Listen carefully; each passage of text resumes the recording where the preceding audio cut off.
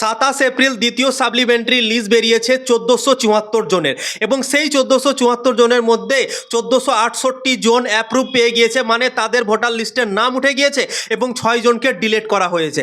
তো এখানেই প্রমাণ হয়ে যাচ্ছে কি যে 1468 জন অ্যাপ্রুভ পেয়ে গিয়েছে, তো তাদেরকে আগে কেন ডিলিট করা হয়েছিল? তারা আপিল করেছিল ট্রাইব্যুনালে এবং আপিল করার পর তারা বৈধ ভোটার হিসেবে প্রমাণ হয়েছে, তাই জন্যই তো তাদের অ্যাপিল করার পর আবার সাপ্লিমেন্টারি লিস্টে তাদের নাম উঠে গেল। তো ট্রাইব্যুনালে এখন অ্যাপিল করা হয়েছিল সেই সব ভোটারদের এবং তারা চেক আপ করলো, চেক আপ করার পর 1468 জনকে অ্যাপ্রুভ করেছে। তো অবশ্যই এই 1468 জনের কাগজপত্র ঠিক আছে, তাই জন্যই তো তাদেরকে অ্যাপ্রুভ করা হয়েছে, না হলে তো অ্যাপ্রুভ করতো না, ভোটার লিস্টে আবার নাম তাদের তুলতো না।